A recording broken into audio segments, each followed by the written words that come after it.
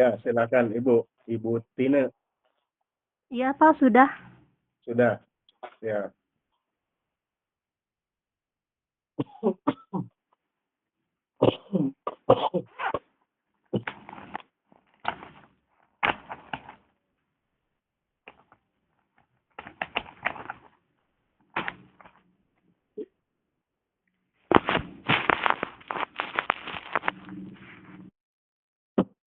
Terima kasih.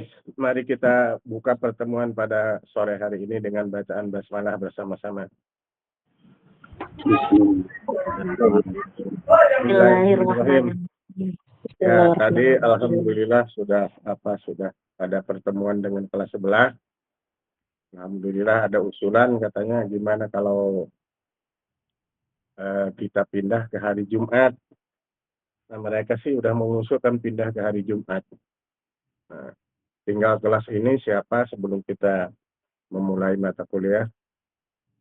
Tergantung PJ-nya Ibu Tina gimana dengan kawan-kawan kalau dipindahkan ke hari Jumat. Tapi kalau nanti absennya sih tetap aja di hari Sabtu. Gimana kan? Kelas sebelah itu kelas B2 ya. Iya, Kelas Pak. B2 tadi, kelas B2 tadi itu mengusulkan dia kuliahnya minta di hari Jumat. Nah, tergantung kelas B nih, kelas B1-nya apa di hari Jumat apa gimana terserah aja. Kalau ada kesepakatan di Jumat, ya kita di Jumat di kelas B1 ini.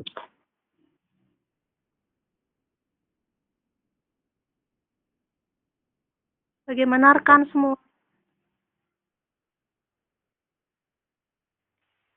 Terserah gimana. Hari Jumat ada kegiatan.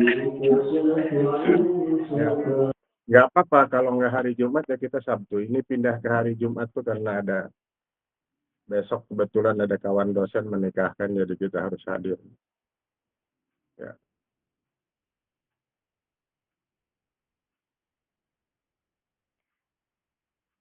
Gimana Bu Tina? Berarti tetap untuk pertemuan selanjutnya di hari Sabtu aja, Pak. Ya oke. Kalau di hari Sabtu kita ACC di Sabtu ya. Ini kebetulan ada kayak Jumat kemarin itu ada kayak Sabtu kemarin ada masalah jadi dipindah ke hari Jumat. Sekarang juga begitu. Jadi kita tetap kelas B1 ini di Sabtu. Sabtu. Izin bertanya Pak dosen. Boleh. Kelas B2 itu hari Jumat jam berapa Pak dosen? Tadi dari setelah Jumat. Kalau awal pagi saya nggak ada tugas. Nggak ada. Ini kebetulan sih jika yang lain setuju, kita mata pelajaran Cirebon Studies itu tidak pernah tatap maya Pak.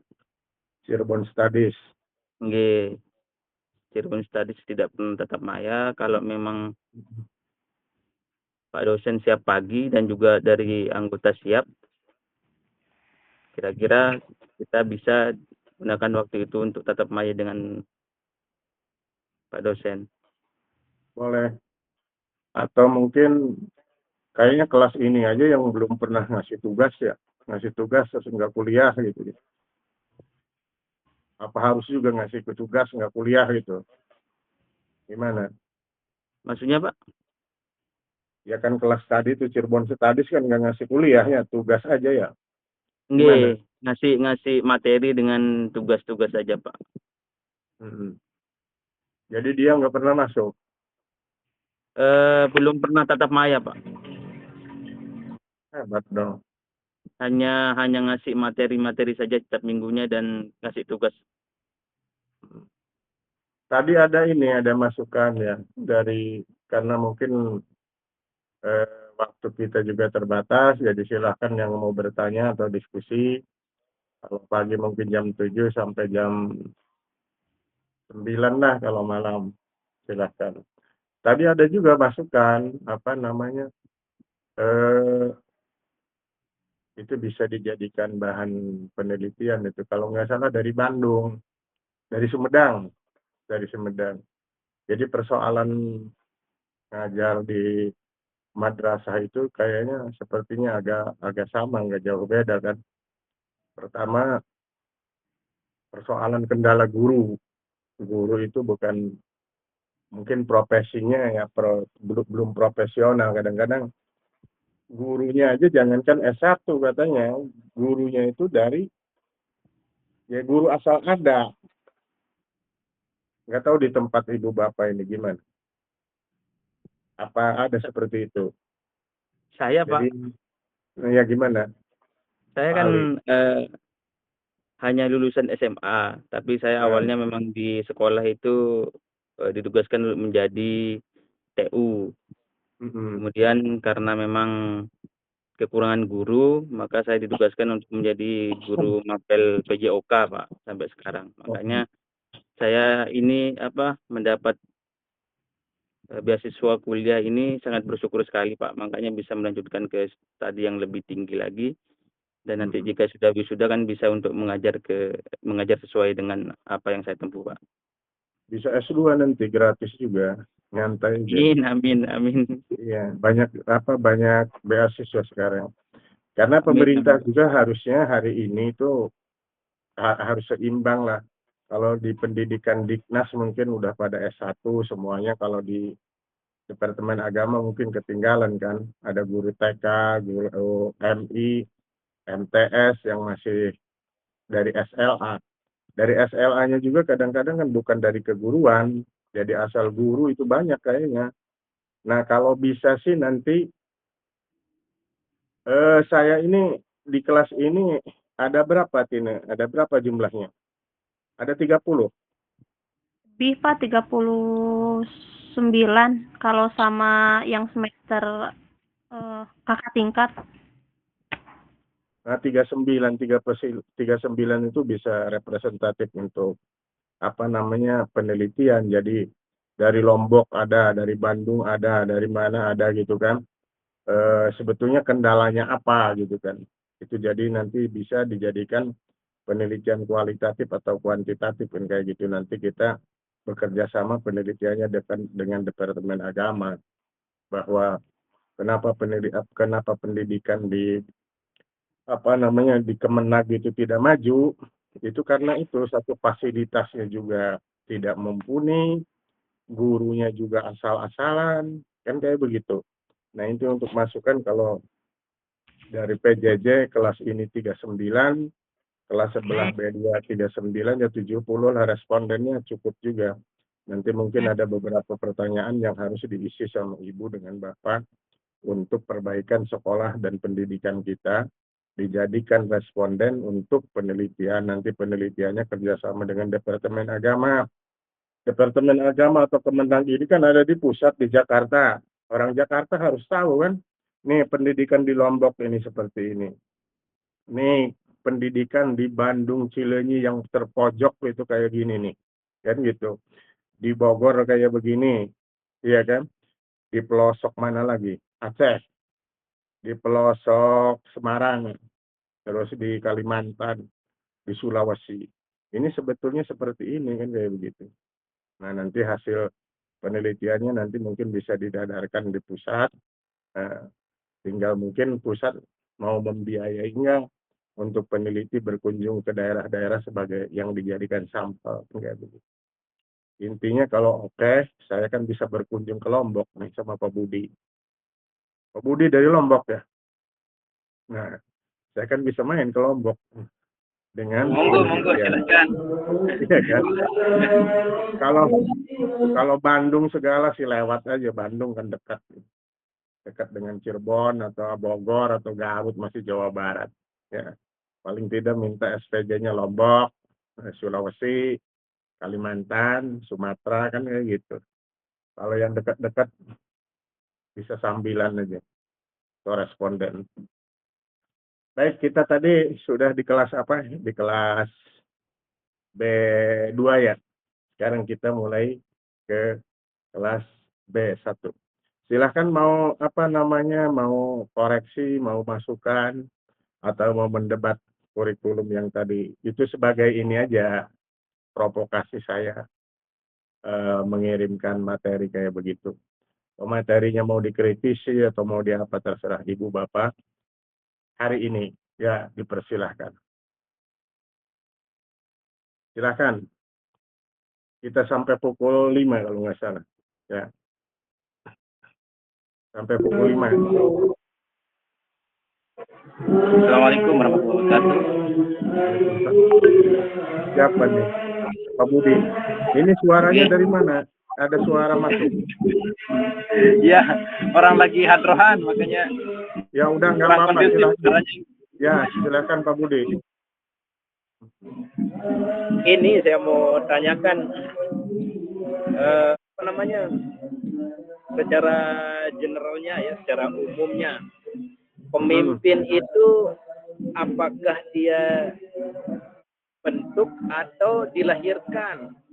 Karena kalau kita perhatikan kebanyakan di yayasan, ini bagian naungan Kemenak ya, kebanyakan di yayasan itu misalkan yayasannya yang berbasis keluarga, itu kebanyakan lebih dominan dia keluarganya saja yang jadi, baik itu kepala diniyahnya, kepala MI, kepala majelis taklim dan sebagainya.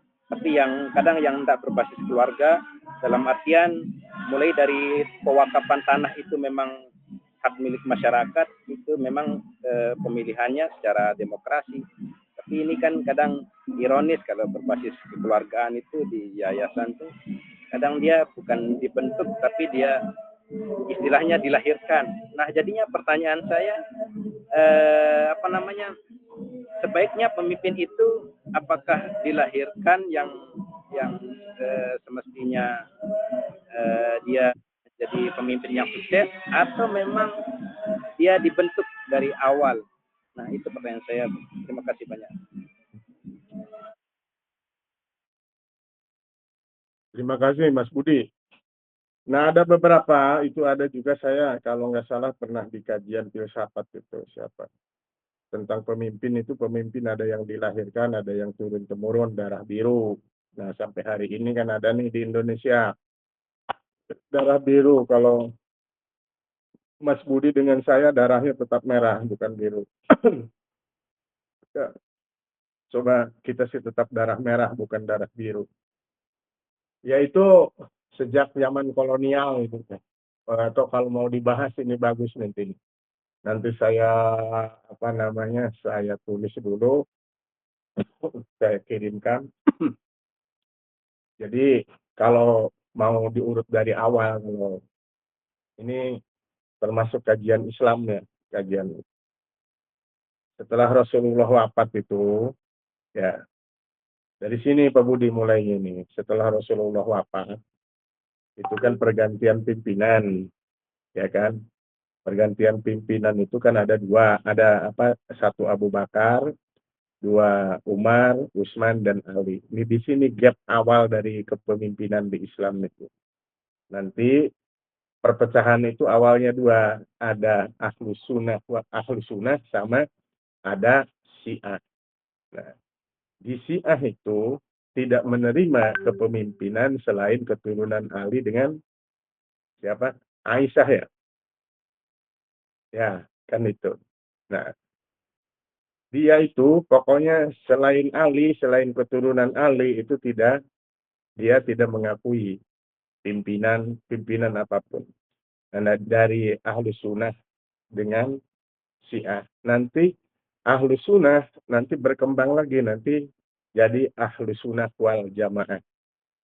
Terus sampai sekarang, nah akhirnya bertikai banyak paksi-paksi. Dan ternyata paksi-paksi keagamaan itu bukan hanya di itu, ya, bukan hanya di Islam, di berbagai agama juga ada, ya. So, bentar,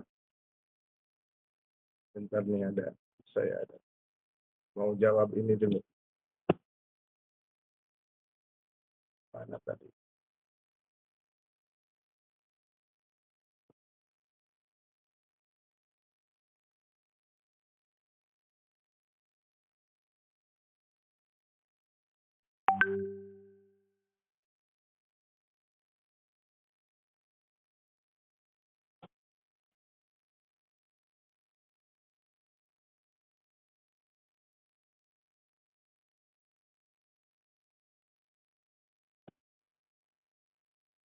Ya, saya bayar itu dulu. Apa? Jawab. WA. Ya, jadi seperti itu. Nanti ini panjang kalau bicara kepemimpinan, tapi akan saya tulis, akan saya buat apa namanya tulisannya, nanti saya share ke ibu bapak sekalian. Nah, tadi memang kendalanya di Indonesia seperti itu, dan banyaknya biasanya yang punya madrasah, pokoknya pendidikan madrasah itu dari mulai madrasah aliyah sampai bawah itu kebanyakan kan kalau di kita orang NU ya. Jamiah NU kan Pak Budi? Ya. Dan kalau NU itu punya sekolahnya bukan atas nama organisasi, atas nama individu. Bener nggak? Jadi sekolah bukan sekolah apa namanya organisasi kayak di Muhammadiyah. Memang yang punyanya NU, orang NU, tapi bukan sekolahan organisasi NU kan begitu kalau yang saya tahu. Bener nggak Budi? Betul, betul Nah, Pak. Betul. nah kalau sudah diklaim kepemilikannya pribadi, ya udah kan pribadi yang punyanya. Kan itu. Jadi turun-menurun kepala sekolahnya siapa, ininya siapa. Dan sampai nanti mungkin kalau ada anggaran juga kan kita tidak tahu. Yang tahu kan hanya yang ngurus-ngurus saja kan kayak begitu. Ya, seperti itu kalau nggak salah. Nah, akhirnya kan untuk koreksi dan lain sebagainya agak susah. Nah, setahu saya begitu. Jadi kepemimpinannya kan tidak lagi kolektif kolegial. Jadi pemimpinnya kan ditunjuk. Tidak atas dasar kompetensi ini siapa yang sesungguhnya punya kompeten, punya kemampuan untuk menjadi kepala sekolah, untuk administrasi, atau untuk apa kan kayak begitu. Ya, begitu Mas Budi, silahkan yang lainnya. Ya, nanti saya sore lah, udah maghrib atau udah isya saya ketik dulu. Kita diskusi itu tadi pertanyaan dari Mas Budi bagus nih, tentang kepemimpinan. Ya, saya jelaskan nanti ke Rasulullah, udah gitu siapa sahabat tabiin terus sampai hari ini ya supaya tahu agar tahu umat Islam di mana kelemahannya. Oke, thank you. Saya sambil ngerokok nih. Ingin bertanya Pak dosen. Ya, udah Ya. bilangnya Pak Jalal aja nggak usah dosen nggak usah disebutkan. Saya Ali Hofi dari Bali Pak. Ingin bertanya. Bagaimana itu di era yang modern seperti ini, kurikulum yang klasik seperti di pesantren tetap bisa eksis Pak? Di era yang penuh dengan modernitas seperti ini, supaya tetap tidak terhilang atau tidak kehilangan jiwa spiritualisnya Pak. Ya, kurikulum itu kembali lagi, kurikulum itu alat, bagaimana gurunya. Kalau guru itu artis, maka ada istilah gini, the singer is not the song is not the singer. Paham? Siapa yang paham? Jelaskan, Bu Tina. Apa the singer is not the song is not the singer. Coba, Bu Tina apa maknanya? Salah nggak apa-apa. Wong belajar. Siapa? PJ dulu. Silahkan, apa the singer is not the song is not the singer.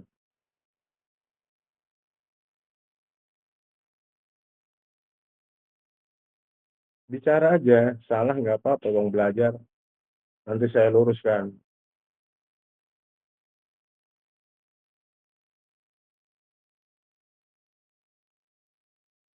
Nggak ada suaranya. Di gambarnya kayak udah bicara, kok nggak ada suaranya? Iya, belum dibuka kamera ininya. Ya. Speakernya. Ya, silahkan, the singer is not the song is not the singer. Perlu dengar sih Pak.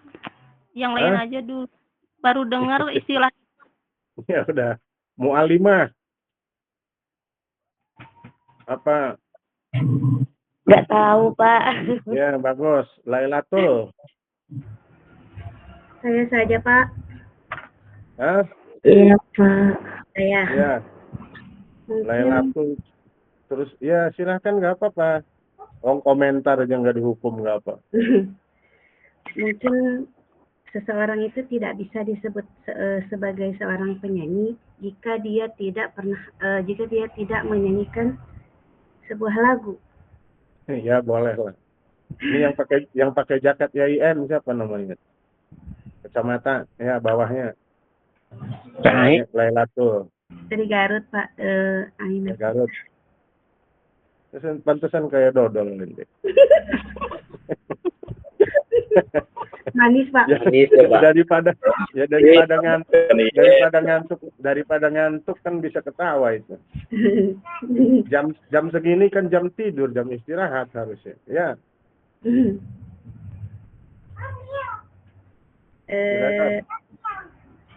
Dan mungkin sebuah lagu itu tidak bisa disebut sebuah lagu jika dia tidak dinyanyikan.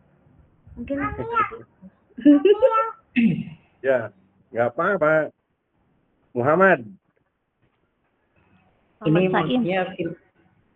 maksudnya film favoritnya Gus Dur ya Pak ya? Boleh juga lah. Enggak Pak, lagi itu Pak. Ya Pak ya, Pak Jalal ya? Iya, ada kaitannya. Ini terkait tentang apa namanya? Apa teteh? Agak saklar juga ya Pak ya, maknanya ya Pak ya? Ya, boleh. Disaklarkan Karena film juga. yang iya, karena film yang apa namanya mengartikan homoseksual. Ya, mungkin begitu, tapi saya bukan ke situ. Ya udah sok nggak apa-apa. Apa komennya? Maknanya apa? The singer is not the song is not the singer. Jadi guru itu harus jadi artis. Kalau artisnya cakep, bawain lagunya bagus, penontonnya banyak.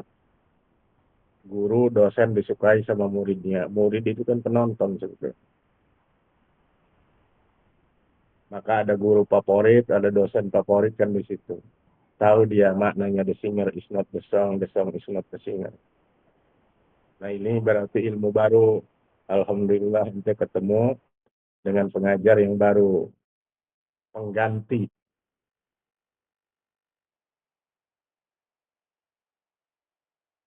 Setiap pertemuan kita harus mempunyai kebaruan dalam ilmu pengetahuan. Oke. Dasep ini kalau nggak salah orang Jawa Barat. Sep. Ya Pak, dari Cianjur.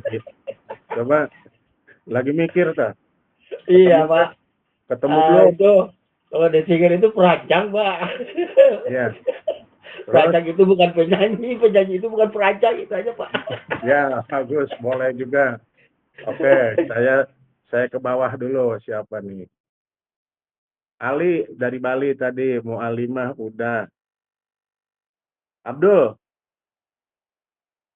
gimana Dul? Ketemu belum? Apa istilah itu Dul? Kalau yang dari saya baca itu fokus pada siapa yang menyampaikannya Pak. Kalau the singer not the song. Ya. Sedangkan the song not the singer fokus pada isi pesan, bukan siapa yang menyampaikan. Oke, thank you. Cantik gitu ente. 100. Tulis siapa tadi? Siapa? PJ-nya tuh? PJ-nya tuh siapa? Mirip kayak mahfuzot ya Pak ya. Unzur makola wala tanzur mankola. Mirip juga. Itu siapa? Si Tina tulis tuh siapa namanya tadi? Bagus tuh jawabannya. Siapa si Ali? Siapa si? Siapa tadi? Abdurrahman. Siapa tadi? Abdurrahman. Saya kasih B+ lah sebelum ujian. Kalau ujiannya bagus jadi amin. Terima kasih Pak. Ya. Tulis Tina. Saya suka lupa kalau nggak ditulis. Nah, saya sekarang jelaskan. The singer is not the song. Ya kan? Islam itu ajaran yang sempurna. Nah, iya kan? The singer is not the song. Songnya itu kan lagunya apa? nyanyiannya, apa namanya, bahasanya atau materinya. Singer itu ya mubalegnya, guru agamanya, apanya. Nah, kalau guru agama mubalegnya itu menarik, ya bagus Islam. Tapi kalau gurunya mubalegnya, orang-orang yang mengantarkan Islamnya, garis keras lah, apalah, Islam jadi rusak. Nah, itu makna the singer is not the song is not the singer. Bisa juga nanti dieksplorasi sama saudara-saudara sekalian. Dari makna the singer is not the song is not the singer. Yang suka alegori itu tahu dia. Yang suka alegori atau suka apa itu dia tahu. Orang-orang seniman lah tahu dia. Ya. Kita juga kan, nah kembali lagi bahwa si apa namanya kita ini sebagai artis kan suka ada itu kalau ada artis favorit dari Jakarta itu kan ada artis yang mengisi ini lebih mengisi waktu dulu sebelum artis yang aslinya datang itu kan. Nah itu kan biasanya kalau artis apa namanya lokal itu kan kadang-kadang ditepukin dan lain sebagainya dihiraukan gitu kan. Kadang-kadang kalau artis aslinya lama turun gitu kan, yang manggung awal itu kan kadang-kadang dilempari botol apa karena tidak menarik. Nah itu seperti itu. Jadi intinya itu Pak. Hah? Jadi intinya bukan lagunya yang harus bagus, tapi penyanyinya yang harus bagus gitu ya Pak. Ya Islamnya kan sudah bagus, materinya, madahnya itu sudah bagus. Tapi kalau dia pembawanya itu seperti siapa si penyanyinya itu sumbang, bukan dulu sumbang. Jadi kalau yang mau nyanyikannya sumbang, suaranya nggak pas itu kan, jadinya sebetulnya ini harusnya jazz. Dia lakukan dengan dangdut apa kan malah rusak jadinya. Dangdut di jazz kan juga kan nggak enak. Ya, ini tahu dia lagu jazz. Yo, silahkan favorit masing-masing itu sih. Ya. Dari the singer is not the song is not the singer. Dari apa namanya tadi kita membahas tentang apa namanya kurikulum. Ya silahkan kembali ke kurikulum lagi.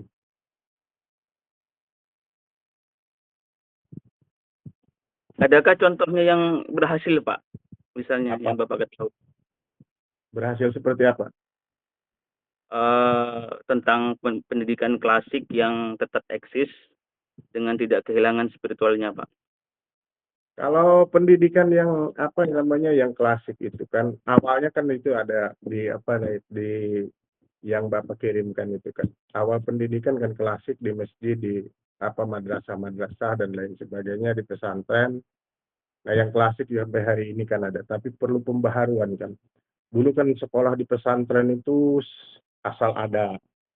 Terus apa namanya tidak klasikal. Yang penting umurnya berapa, sekolah ke pesantren, juga tidak dapat ijazah. Ijazahnya itu dites sama ustadznya, sama kiainya, sudah dites, wah ini bagus, boleh mendirikan pesantren lagi. Nah, kita itu kecolongan dari mulai tahun 70 ke bawah. Jadi sekolah-sekolah orang-orang pintar di madrasah itu karena tidak mendapatkan ijazah kayak sekolah di apa di Diknas, akhirnya kita kan tidak bisa jadi bupati, tidak bisa jadi apa secara politis kan itu. Nah, sekarang ada pembaharuan pesantren Ma'had Ali dan lain sebagainya. Nah, dalam rangka untuk itu sekolah di pesantren juga kan kadang-kadang terlalu lama. Nah, sekarang kan sudah zaman modern. Ya, ini kembali lagi kepada ustadz, kiai, dan guru sebagai artis. Nah, carilah, ya kan, carilah teori-teori baru, gaya-gaya ngajar baru di YouTube itu banyak. Saya banyak mendapatkan belajar dulu saya di pesantren kan lama, harus 6 tahun, harus 3 tahun, harus 4 tahun, hanya untuk menguasai ilmu nahwu. Ternyata kemarin saya buka, 30 menit ilmu nahwu dari A sampai Z selesai. Silahkan nanti cari di YouTube ada. Dan bagus-bagus ngajarnya. Karena mungkin kita sudah dewasa, jadi tahu cara pengajarannya. Tapi itu juga kalau diaplikasikan kepada apa namanya anak-anak didik kita juga bagus itu. Sorob, nahwu, terus mantik, terus apa itu balagoh dan lain sebagainya. Sebetulnya banyak ustadz-ustadz yang bagus itu mencermati pelajaran itu dengan cepat gitu kan. Nah, kita juga jadi ustadz, jadi guru, jangan jadi followers, ya kan? Jadi guru yang mandiri, jadi guru beneran gitu tuh. Jangan jadi guru asal-asalan. Nah, teknik dan cara dan metode dan lain sebagainya sudah banyak di YouTube yang menyampaikan bagus-bagus itu. Nah, kalau mau modernisasi di kitanya, bagaimana cara ngajarnya, ya kita rubah di kelasnya. Kelasnya jangan kelas klasik aja gitu kan, guru di depan, terus murid mendengarkan, dan lain sebagainya. Tidak pernah bagaimana mendengarkan curhatan murid kita atau santri kita. Kan itu. Harusnya kan mendengarkan itu, bagaimana curhatan kesulitan ngajar, kesulitan belajar mereka, kan kayak begitu. Harusnya itu, ya. Itu penting.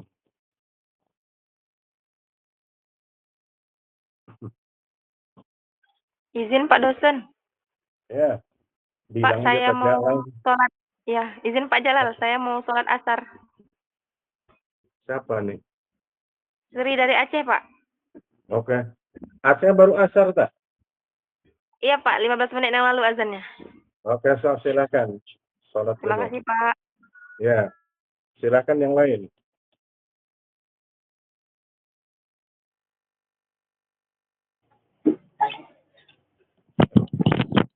Izin, Pak. Ya, Bagaimana pendapat Bapak tentang kurikulum di Indonesia yang sering berubah-ubah, Pak? Seiring pergantian menteri atau kepemimpinan, maka kurikulum pun ikut berubah gitu, Pak. Nah, ini berdampak kepada anak didik biasanya, Pak. Ini bagaimana pendapat Bapak ini tentang itu, perubahan kurikulum di Indonesia?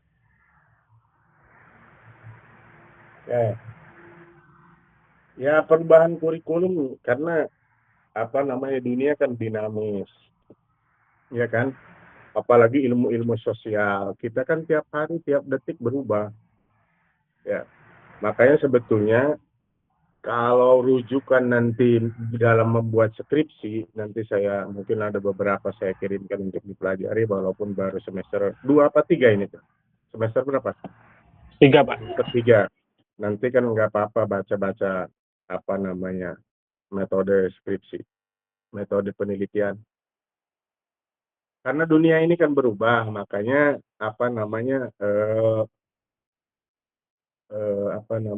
kurikulum berubah. Tapi mungkin kalau istilah saya diselaraskan aja. Jadi tidak semua ganti menteri semuanya berubah gitu, berubah drastis. Ada yang dirubah, ada yang tetap harusnya kan.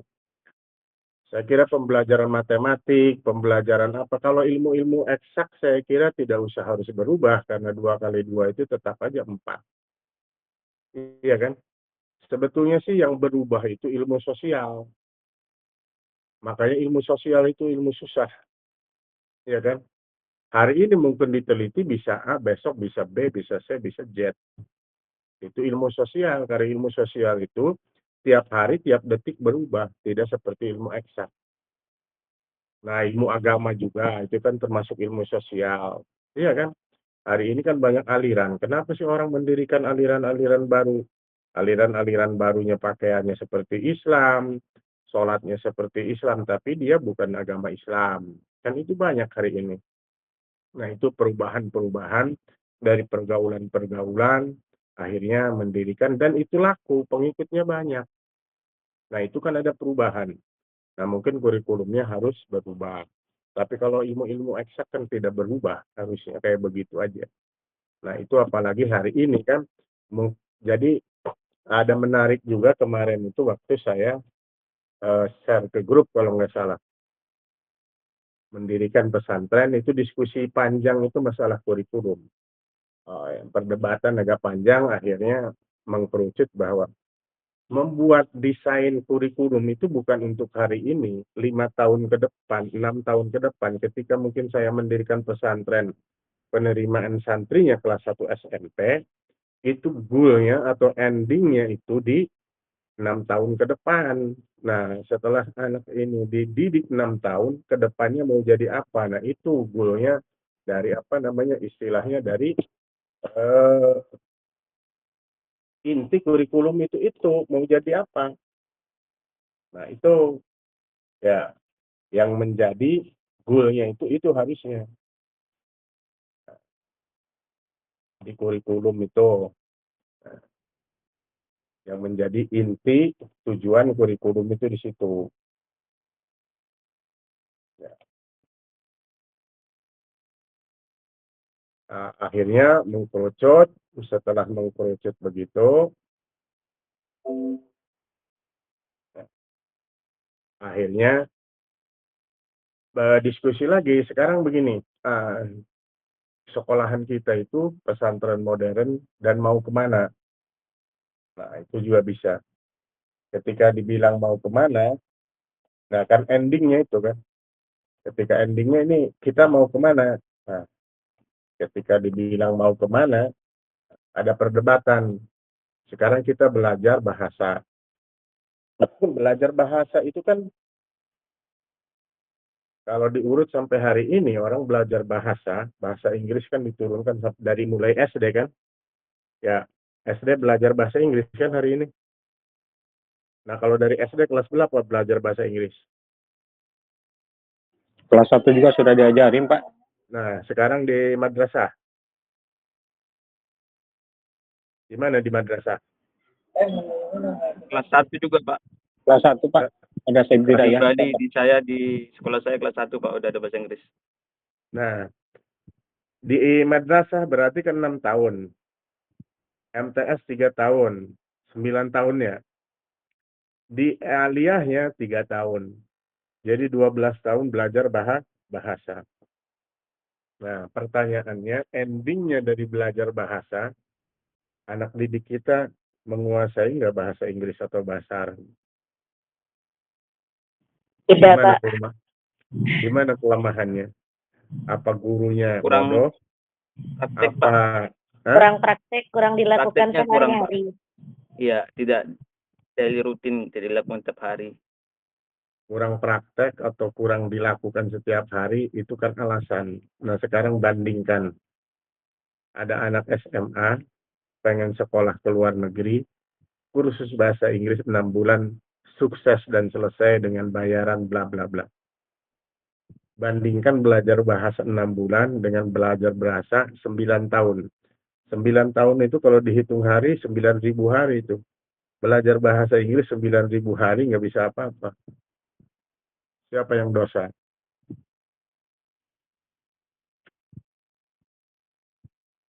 Apa yang salah? Di mana yang salah? Belajar bahasa Arab, belajar bahasa Inggris, belajar Al-Quran, tidak hafal pun 30, yang juz 30 pun tidak hafal. Padahal dia belajar 9.000 hari. Karena tidak fokus, Pak. Maksudnya Kalau fokus? ikut bimbel dia kan fokus hanya mempelajari bahasa Inggris saja kalau ikut kursus. Hanya itu saja. Nah, kenapa kita tidak difokuskan? Kan bisa sebetulnya sih difokuskan. Kadang fokus itu tuntutan, Pak. Iya kan, karena apa?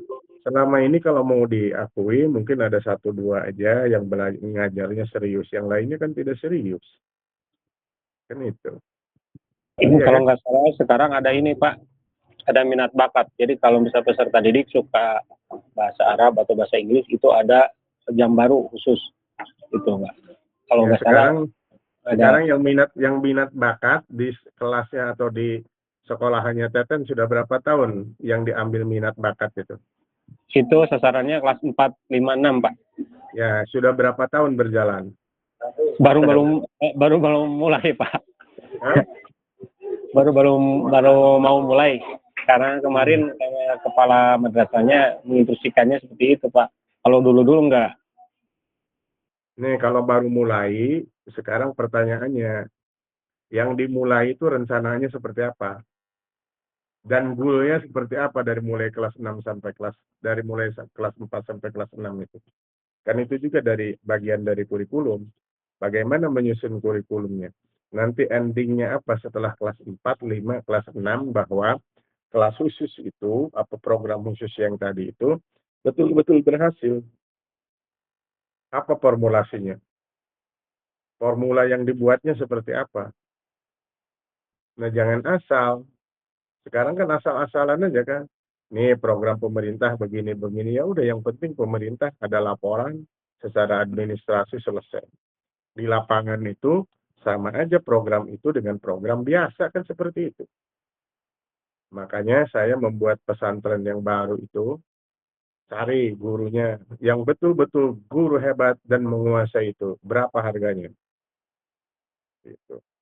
Jadi untuk kelas 3, nanti kelas 1 SMA, 2 SMA, 3 SMA, endingnya atau tujuannya dari pesantren pendidikan saya itu bisa sekolah ke Australia, bisa sekolah ke Singapura, bisa sekolah ke Jepang, S1-nya, bisa ke Amerika, bisa ke Eropa, bisa ke Turki, bisa ke Timur Tengah.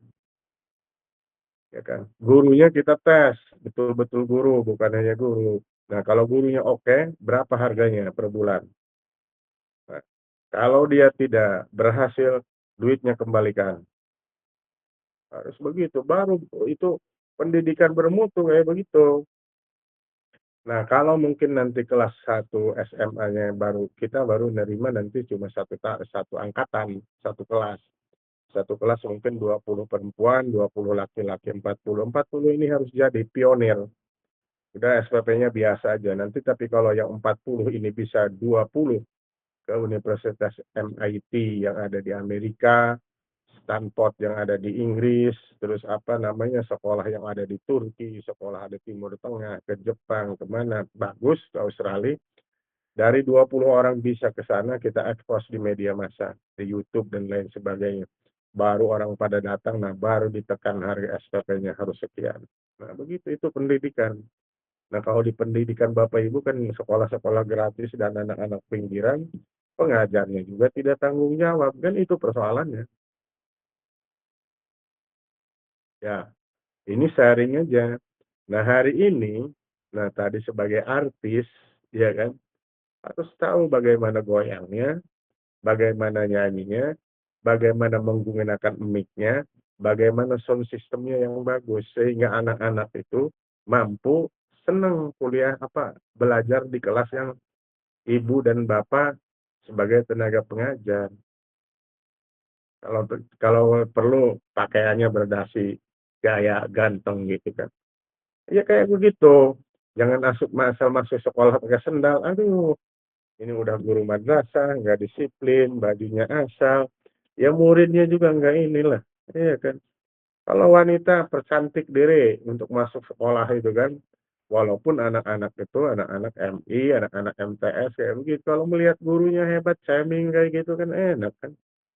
Seneng dia. Apalagi gurunya berbagai eksplorasi setiap masuk itu dia mendapatkan ilmu baru. Jangan tekstual dari buku-buku dari pemerintah itu buku yang dibagikan itu. Buku paket. Nah, buku paket. Buku paket itu sampai lecek ngajar pakai buku paket. Buku paketnya dipakai terus jadi kayak kayak lecek gitu, kotor gitu kan. Kena tangan terus sih, dibuka lagi itu. Kan banyak buku referensi. Ya, di samping dari buku pemerintah, eksplorasinya banyak dari YouTube yang tadi Bapak jelaskan seperti itu. Nah, terus tadi pendidikan yang dari mana? Pendidikan yang dari salaf gitu kan. Itu juga sudah bagus, apalagi salaf yang dulu kan. Zamannya Al-Kindi Al-Farabi Ibnu Sina itu kan. Al-Kindi Al-Farabi Ibnu Sina itu bukan hanya dia menguasai satu bidang, bahasa oke, logika oke, filsafat oke, kesehatan oke, kedokteran ya, matematik dan lain sebagainya. Padahal kan kepalanya sama seperti kita, waktunya sama 24 jam. Iya kan? Tapi mereka terstruktur. Nah, kita kan tidak bisa menguasai apa-apa walaupun sampai S3. Malah sekarang nggak spesialisasi, seperti kedokteran. Dokter ini ngambil spesialis mata, atau spesialis hidung, atau spesialis hati. Nah, ketika dispesialisasikan memang mahal.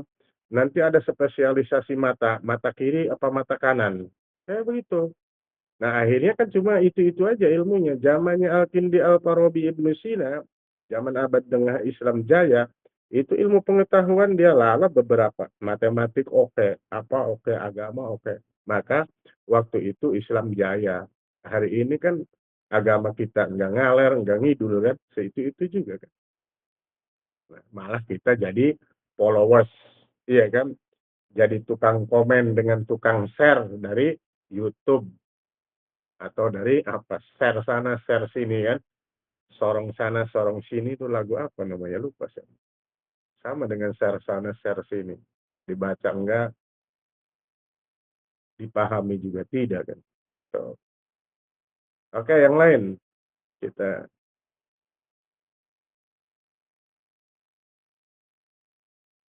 ya, barangkali ada yang ini, ada yang mau apa tanya, silahkan.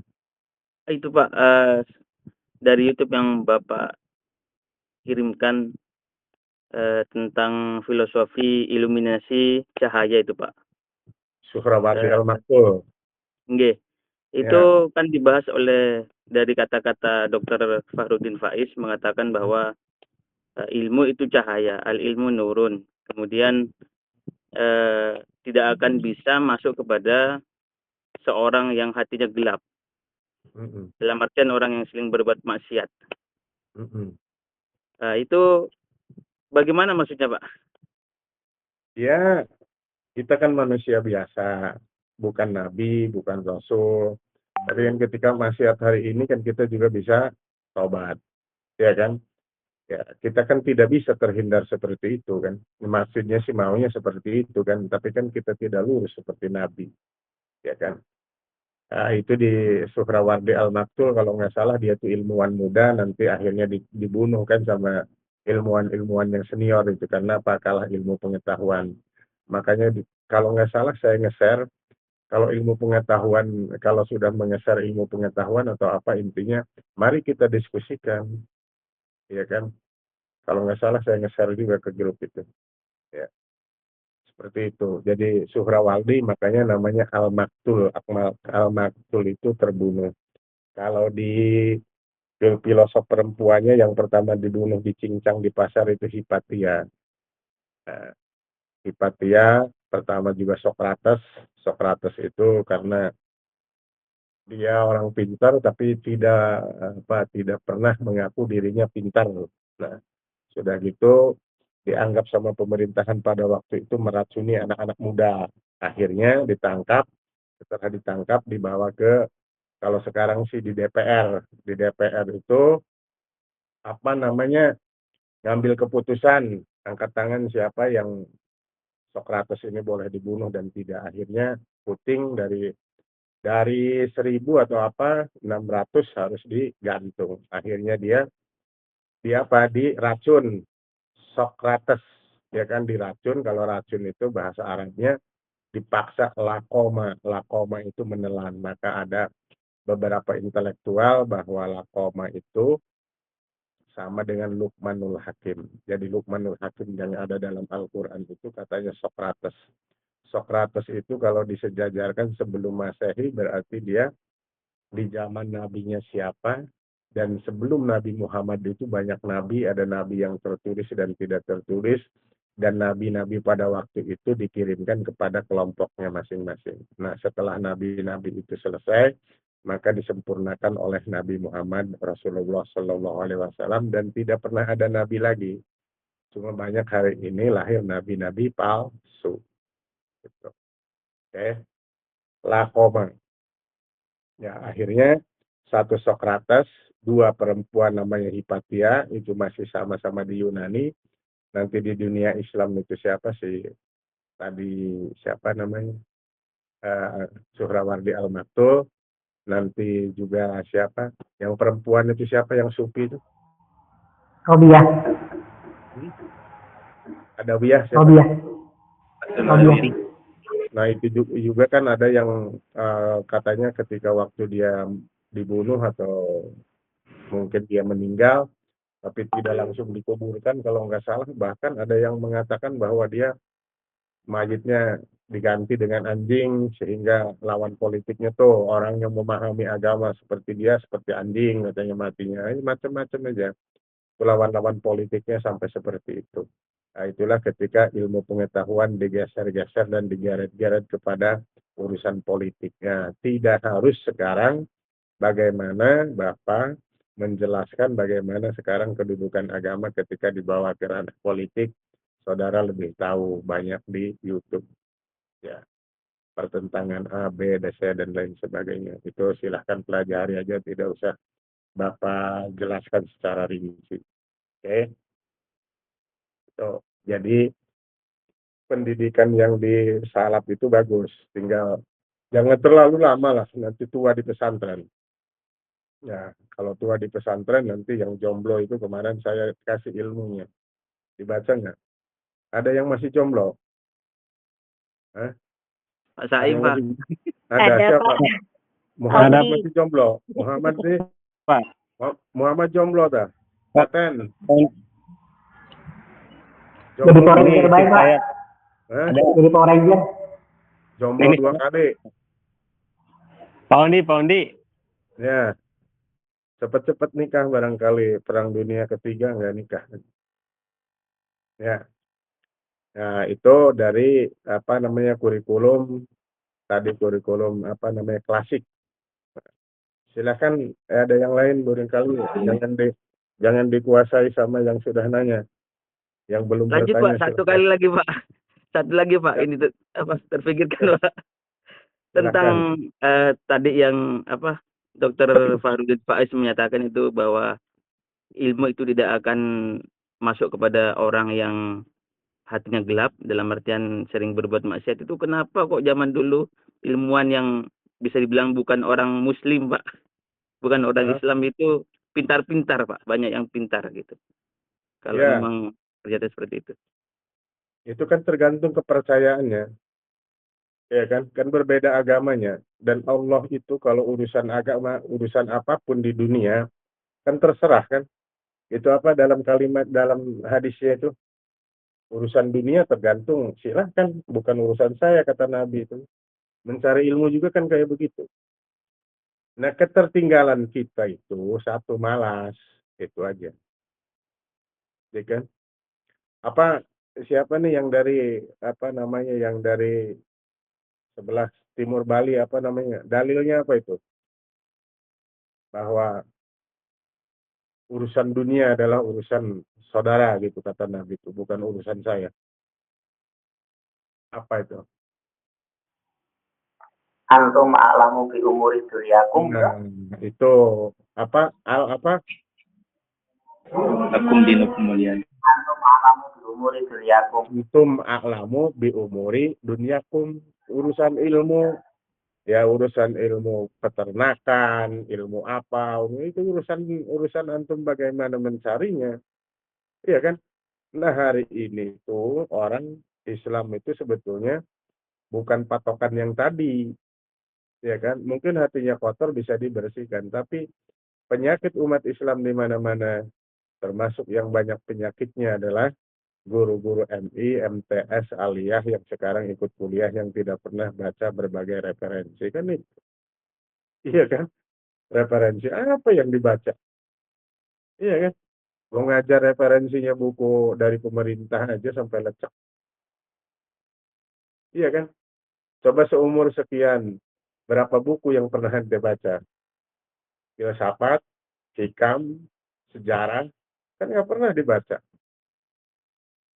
Iya kan? Ya terserah mau ngaku mau enggak kan, urusannya dengan Tuhan ya. Harusnya kan ada bahwa saya sudah baca sekian buku kan kayak gitu. Harusnya kan seperti itu. Ya kan? Pernah baca berapa? Ya, seperti itu. Nah, oke. Kita diskusi yang lainnya.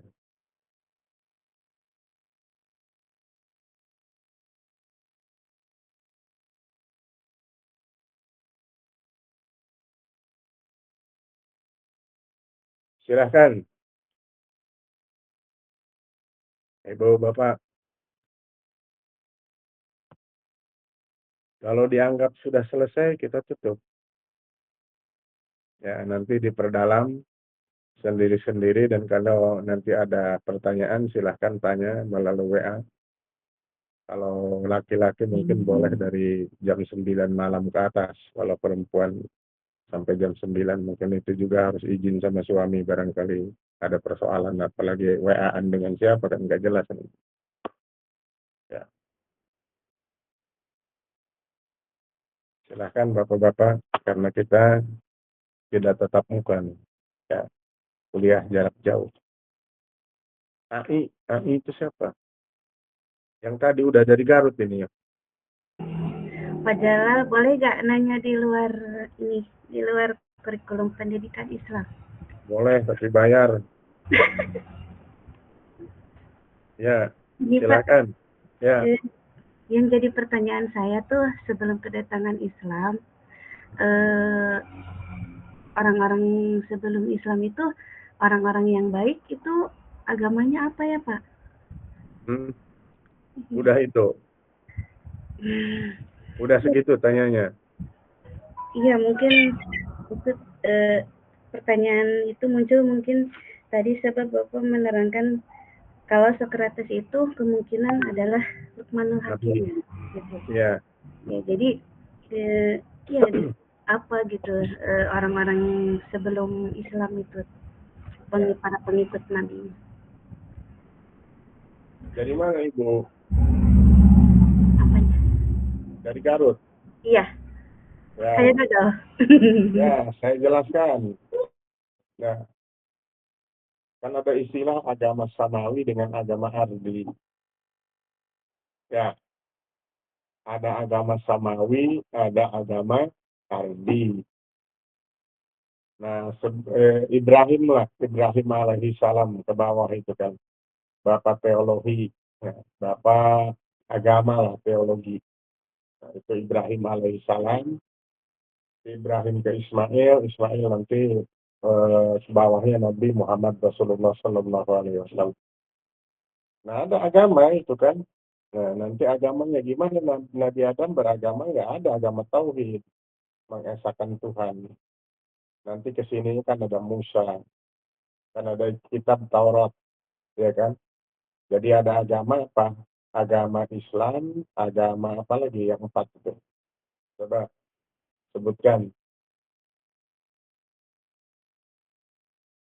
Ya. Agama apa aja agama samawi itu? Majusi, Bukan. Yahudi, Nasrani, Islam. Nah, Yahudi, Nasrani, Islam, terus satunya agama yang diturunkan kepada Nabi Musa, terus agama yang diturunkan kepada Nabi Ibrahim, dah. Terus Nabi siapa lagi? Itu kan ada 4 itu kan agama samawi itu. Nabi Daud. Apa? Nabi Daud.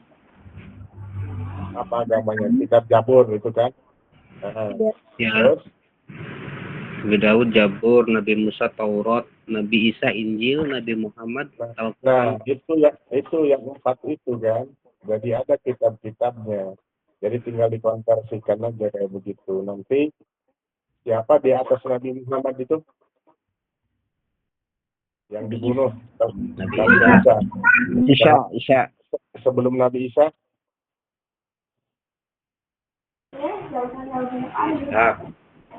Nabi apa? Hanif. Nabi Yahya, Nabi Zakaria. Terus sebelum Zakaria? Ya. Nah, itu dalam penjelasannya itu nabi-nabi itu kan dibunuh. Jadi dari nabi sebelum Zakaria sampai ke Nabi Muhammad itu ada kelowongan nabi. Ada kelowongan, iya karena semuanya dibunuh itu kan. Iya kan? Coba dalam ceritanya nanti kita jelaskan. Ada dalam cerita itu, ada kekosongan nabi. Jadi ada agama-agama yang liar juga pada waktu itu. Kenapa nabi dibunuh? Termasuk Rasulullah kan akan dibunuh beberapa kali, tapi dilindungi sama Allah Subhanahu wa Ta'ala. Karena mengambil kekuasaan yang sebelum Nabi kan mereka pada puasa, termasuk di negeri Arab gitu kan. Makanya kalau mau memahami Islam harus tahu dulu Arab sebelum Islam, gitu. Seperti itu. Ya. Ya. Silakan yang lain. Ya, yang tadi di Garut silakan ya.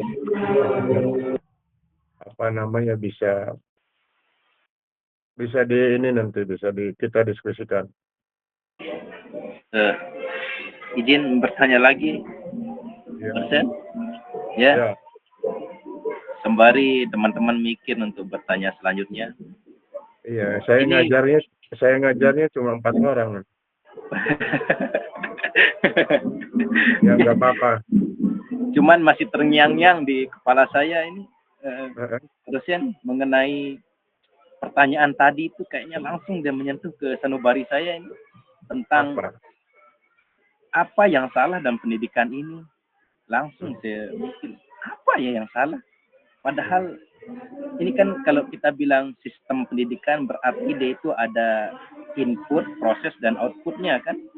Ya. Apakah di prosesnya itu tepatnya salah, atau input, atau pas untuk outputnya tepatnya salah? Itu memang benar-benar pertanyaan ini yang sederhana tapi jujur membingungkan kalau kita mengenai versi masing-masing. Ya, saya sendiri punya versi, tapi apakah versi yang saya jawab ini benar mewakili bahwa pendidikan ini buat gagal pendidikan itu? Satu contoh, misalkan kalau saya mau bilang pendidikan itu gagal gara-gara mungkin faktor gurunya, nah, bisa jadi faktor orang tuanya, bisa jadi faktor lingkungan. Nah, jadinya pertanyaan yang sedikit tadi itu sempat membingungkan saya. Kira-kira bagaimana respon dosen untuk hal ini? Terima kasih. Oke. Input, proses, output. Percaya nggak tidak ada orang bodoh?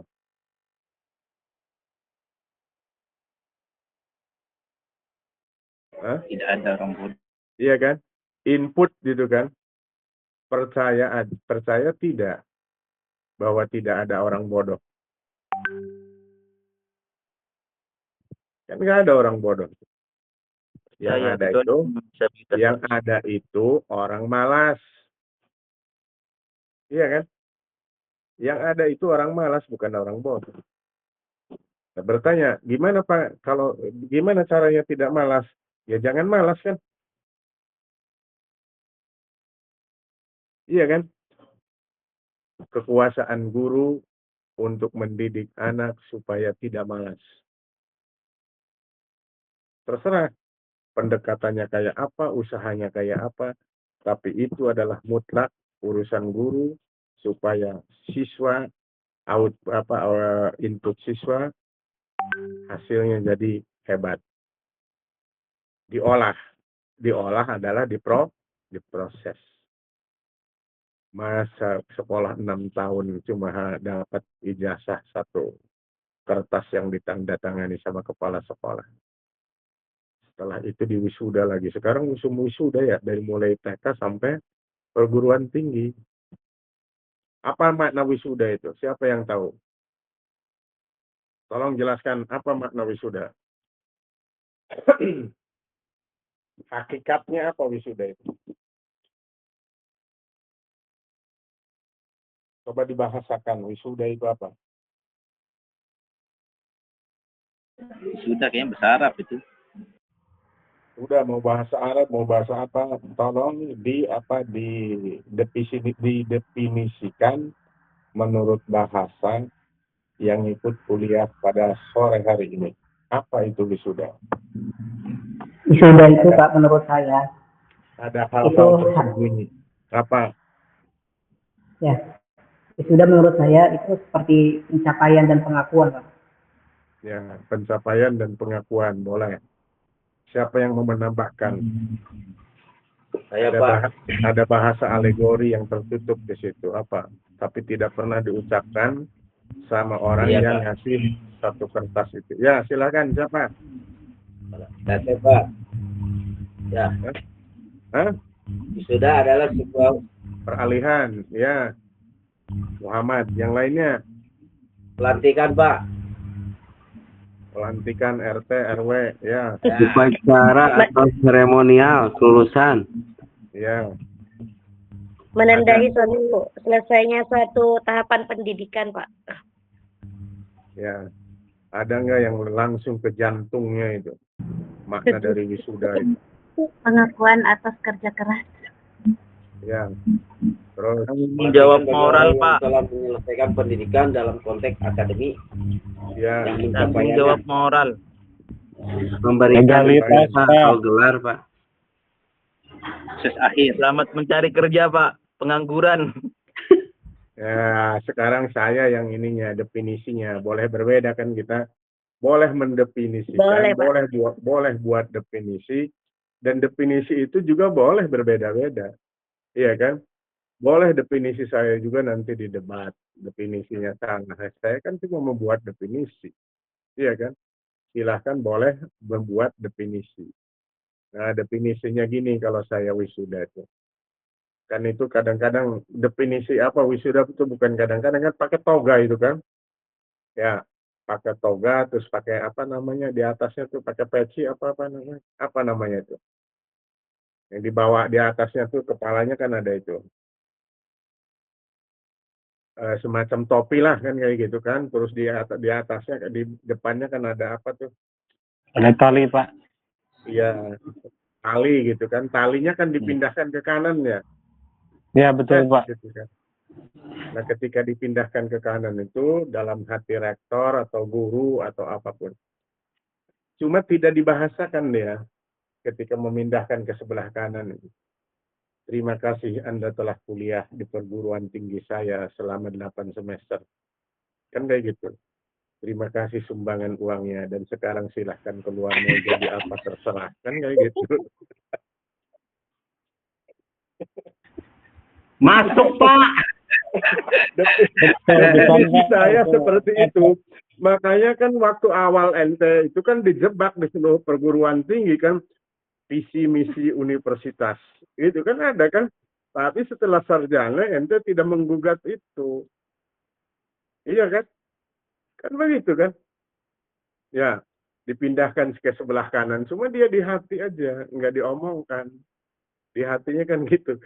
Terima kasih telah menyumbang uang selama 8 semester. Hari ini saya wisuda.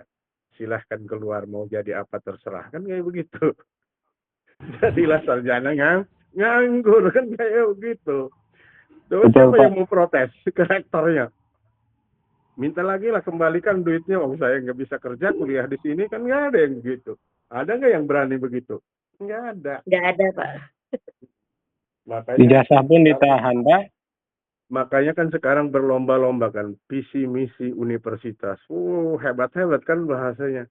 Kuliah di sini Anda jadi ini, kuliah di sini Anda jadi ini. Pas di wisuda sudah selesai, itu bangga-bangga, pusing lagi setelah jadi sarjana. Iya kan? Begitu. Ya. Ya udahlah ngambil S2. Kan ya gitu. S2 di wisuda gitu lagi. Terima kasih saudara sudah kuliah 4 semester di sini, sekarang jadi master, silahkan keluar. Urusan jadi apa bukan urusan rektor. Dan bukan urusan universitas. Kan seperti itu. Makanya, kembali ke apa? Karena ini kurikulum Islam, jadi yang akan diangkat derajatnya itu adalah orang yang berilmu, bukan ijazah. Iya kan? Yang akan diangkat derajatnya itu orang yang berilmu, bukan orang yang berijazah.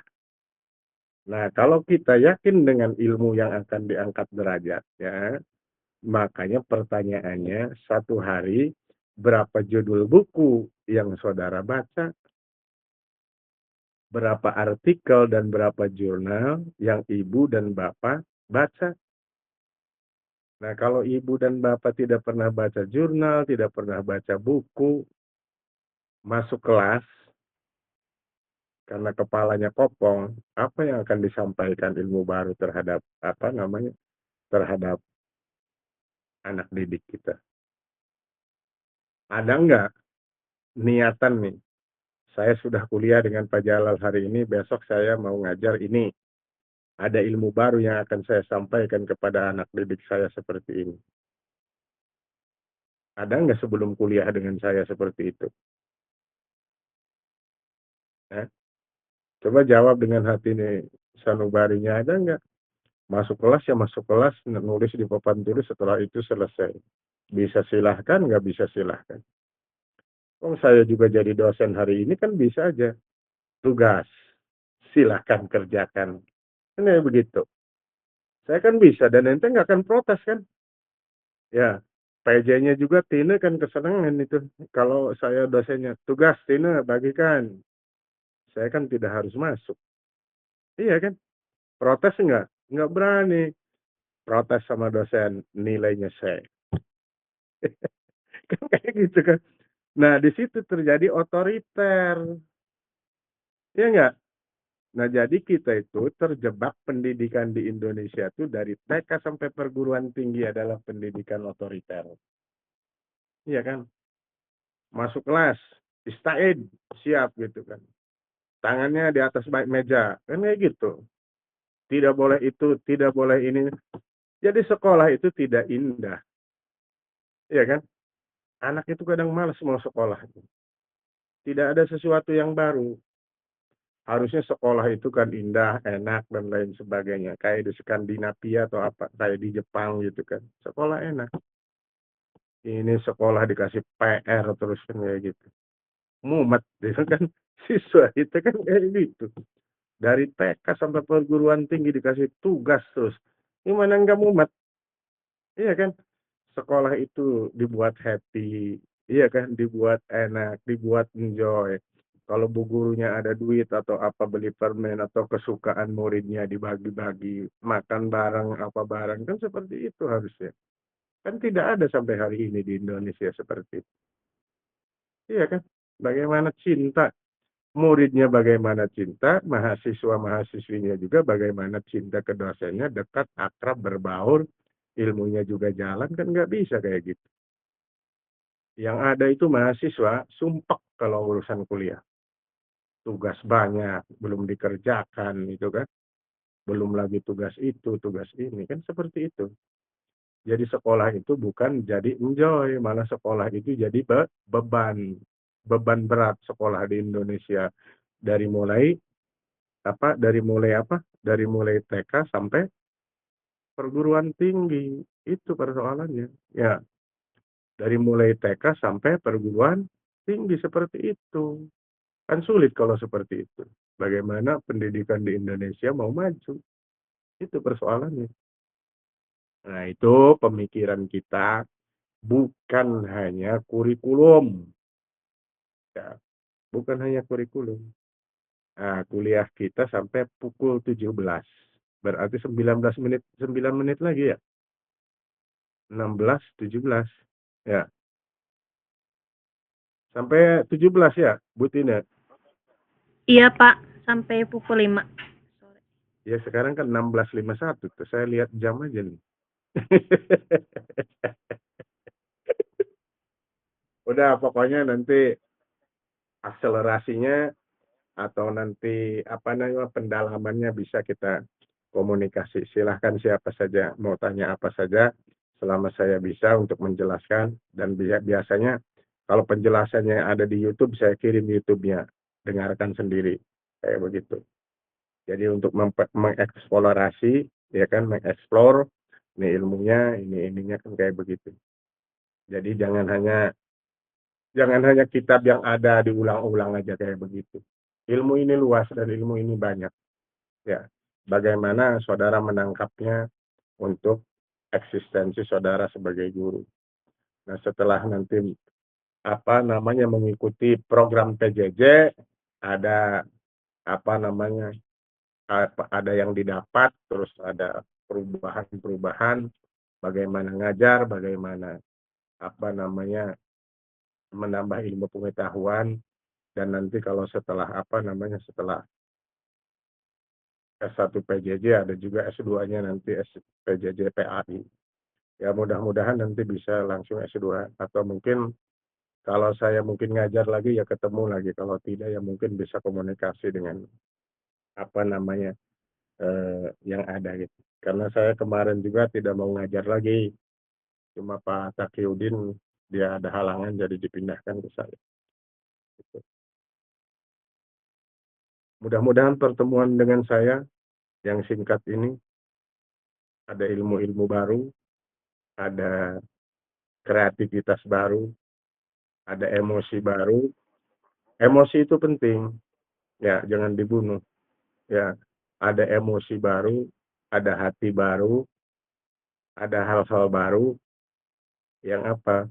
Untuk meningkatkan kemampuan kita dalam mengajar dan ilmu-ilmu baru yang saudara baca dari berbagai literasi, ya kan? Baca aja semua, ya kan? Dan sekarang juga kita nggak bisa anti barat, karena teori-teori barat yang dipakai dalam penulisan makalah, skripsi, tesis, disertasi. Kita tidak bisa keluar dari ilmu-ilmu yang tersusun dengan rapih, dengan bagus dari ilmuwan-ilmuwan barat. Karena Islam belum punya seperti itu. Silahkan Budi atau siapa, Muhammad, Toto, siapa, Tina, Cindi, bawahnya juga siapa silahkan. Kita punya waktu 6 menit lagi. Aib, pendatang baru. Aib orang mana? Di Tasik, Pak. Sekarang mah. Ya, musim hujan. Iya, musim hujan, lagi hujan di sini. Ya, bagus hujan dingin itu kan. Hujan adalah anugerah dan rezeki. Saya di Cirebon nggak kebagian hujan-hujan, jadi panas terus. Cirebon panas, Pak. Panas pinggir laut. Banyak ini. Banyak Sebelah ikan. mana, Pak? Losari? Enggak, kalau Cirebon di Cirebon. Saya pinggirnya ini, pinggirnya sebelah ini, sebelah tol Ciperna. Keluar Ciperna, tol Ciperna rumah. Kalau ke kampus ya 15 menit. Saya suka ke Losari gitu, ada itu. Ya, boleh mampir orang Bandung, orang mana kan bisa lihat apa namanya universitasnya. Kalau yang dari Bali jauh, apalagi dari Lombok, apalagi dari Sumatera, ya sekali-kali yang dari dekat Jawa Barat boleh turun ke Cirebon. Nanti ditraktir nasi lengkok. Murah. Siap. Ya. Silahkan yang lain. Pak Toto dari mana? Dari Kuningan, Pak. Kuningan. Kuningan mana itu? Kuningan mana? Ngajar apa? Madrasah, Pak. Ciawilor. Ciawilornya. Ciawilornya kaditu deui, Pak, udah ka pelosokna, Pak. Desa apa? Kalimanggis. Oh, Kalimanggis. Ya, saya sering main ke ini desa Ciawilornya yang ada pesantren modern itu, Pak Tata. Oh, Al-Ikhlas, Pak. Ya, Al-Ikhlas. Ya, belok kiri ke masjid lurus sana. Iya, ya. Ya. Kalimanggis sih sekarang udah berubah ya. Dulunya kan udah berubah. Nah, syukurlah. Ya. Udah banyak ustadz. Ya. Ustadz memang harus mengadakan perubahan. Sama kayak ustadzah. Ya. Tapi biasanya kalau nonton ustadz dan ustadzah ceramah itu halal haram. Atau yang penting rame dan bisa ketawa. Ilmunya nggak ada. Jadi kalau saya dipanggil untuk Fajara ngisi Muharram atau ngisi apa namanya Nuzulul Quran atau apa hari besar Islam Nabi Muhammad kelahiran itu apa namanya mulud dan lain sebagainya, nggak pernah mau, saya nggak bisa lucu-lucu. Pengajian di masyarakat yang penting kan lucu, bisa ketawa, bahasanya kemana-mana dan lain sebagainya, itu aja. Jadi tidak ada. Kalau Bapak ada di penceramahnya mah Pak sepi kayaknya, Pak. Iya. Kecuali kalau diundang sama PJJ, kumpul semua saya yang ngomong diem.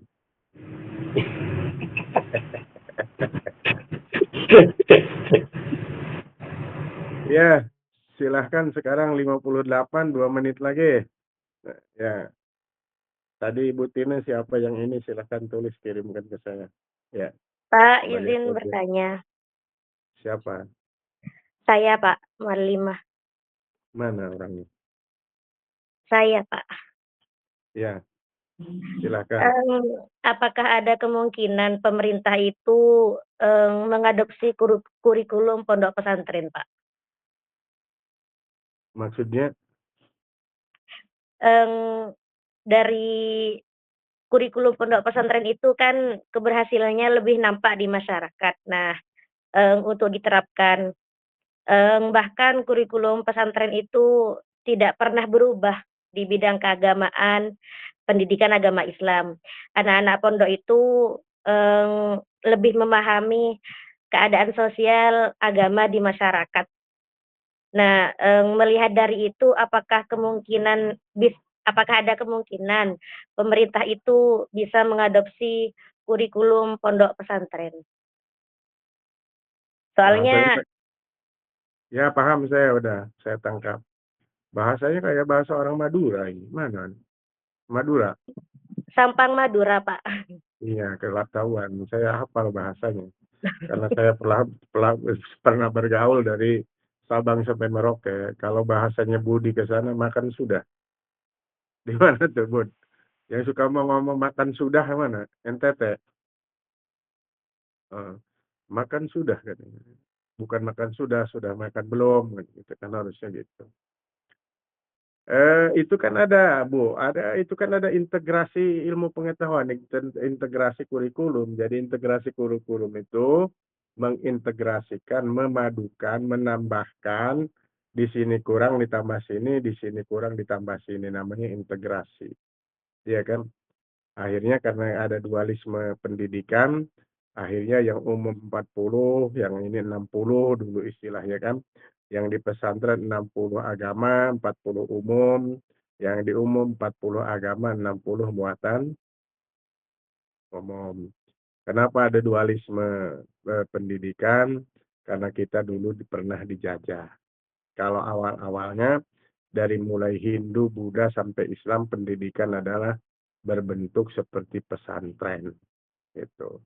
Cuma kesini-sininya ya akhirnya dari pendidikan itu menjadi pendidikan yang terintegrasi, yang yang Diknas juga muatan pesantrennya ada, pesantren juga muatan Diknasnya juga ada. Jadi ada istilahnya dulu 60-40, 40-60 seperti itu.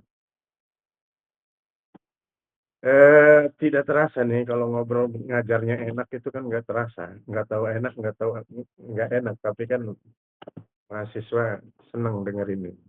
Atau terpaksa karena takut nilainya C. Kan kayak gitu. Sudah tidak terasa kita sudah nyampe pukul 17. Tadi dikasih waktu sama PJ, Ibu Tina sampai pukul 17. Jadi silahkan nanti kalau ada kalau ada pertanyaan-pertanyaan, persoalan apa saja lah, kita udah dewasa, silahkan tanya melalui WA sampai pukul, kalau malam sampai pukul 9 itu 21 ya. Bagi perempuan, kalau bagi laki-laki bebas mau sampai pukul 1 atau berapa sambil ngopi. Itu juga kalau perempuan syaratnya izin suami, barangkali dikira ada apa-apa kan. Ya. Terima kasih sekali Pak. lagi.